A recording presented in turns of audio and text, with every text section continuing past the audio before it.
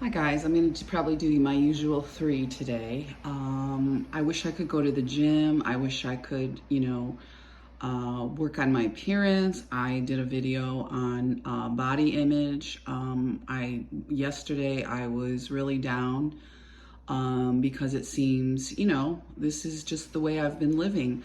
I have another gym membership that I took out in Schenectady at Crunch Fitness that I haven't been using.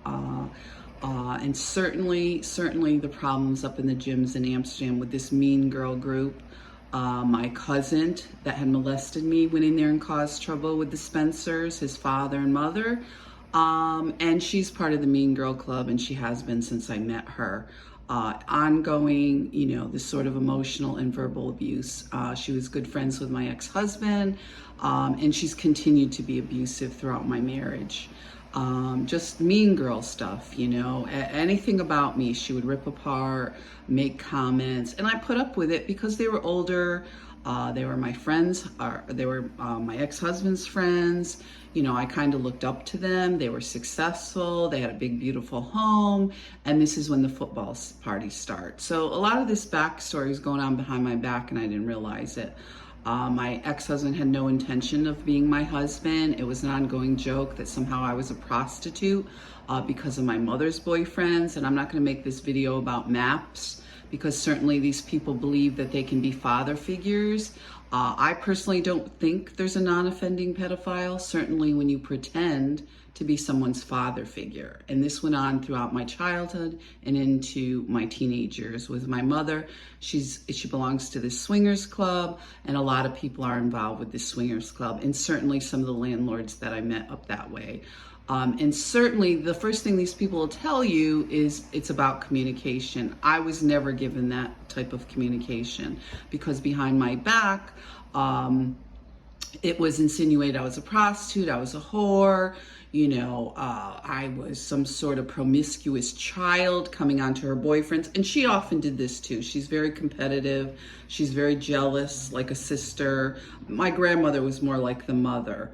I was parentified when I was little because my mother didn't want to be a mother. And she told me that often. There's the door, you're going to get taken away to foster care. She would leave me on the street corner for hours at a time, like things with Girl Scouts. I'd tell her to be there at 7. She'd show up at 11 or 12 o'clock because her and Fred Brender were over at the river fishing. Fred Brender was her second boyfriend, who also, I would say politely, is a MAP now, another ex-service member.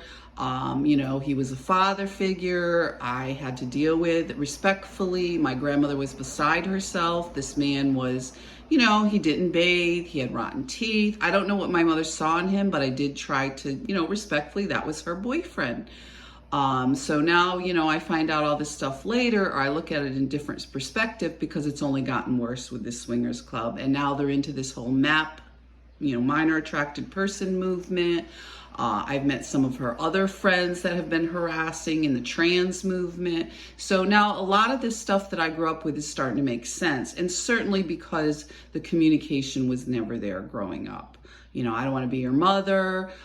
You're going to go to foster care or a children's home. And this Fred Brender lost all 4 of his children. He lost custody of them. So then him and my mother move in together. So I would like to know why Fred Brender lost his 4 children.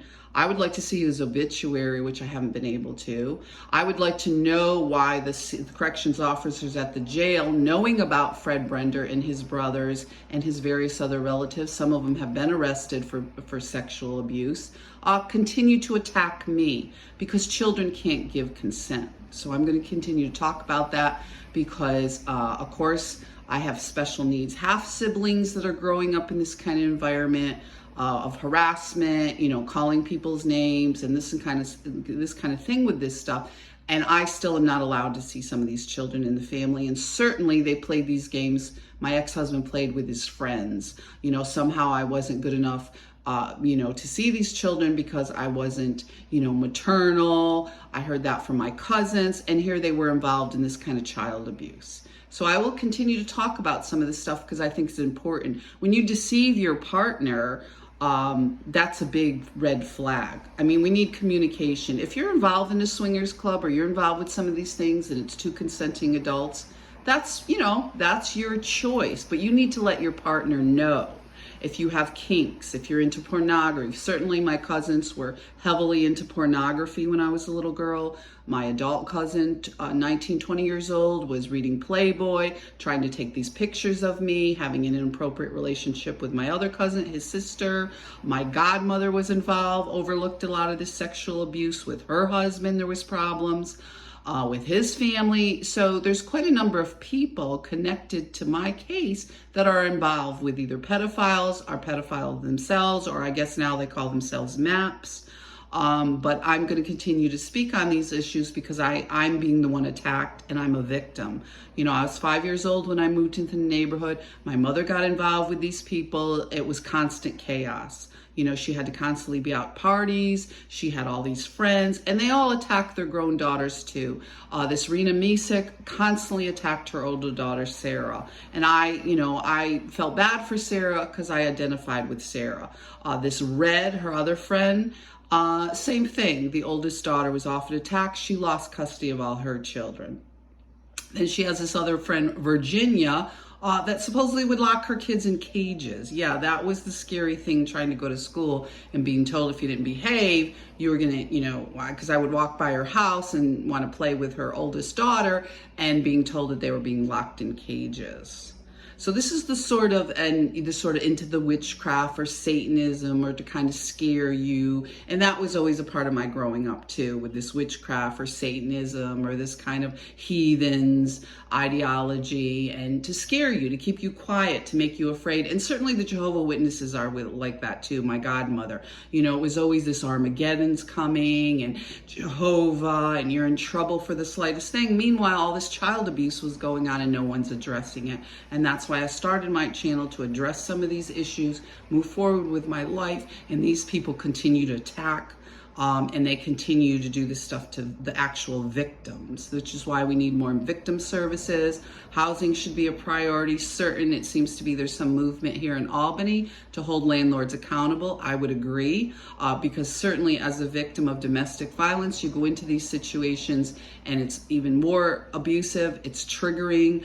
They want to bring all these men around to make it look like you're in prostitution, which is pretty repugnant. Just because a child was abused with some of this stuff when you're younger, we need to keep children onto the right path, to resist drugs, to resist gangs, to resist going into prostitution. And we could probably do that when they're younger. And maybe we can make some inroads with this pedophilia. There's other cousins in the family that lived with some of these people that harassing. My godmother, my cousin, they're Holly, and they've been arrested and they've already gotten themselves into trouble. So we need to look at some of this stuff besides harassing victims like me. Sorry to go over a little over. There's a lot to talk about, and I haven't had much sleep. Be safe, guys.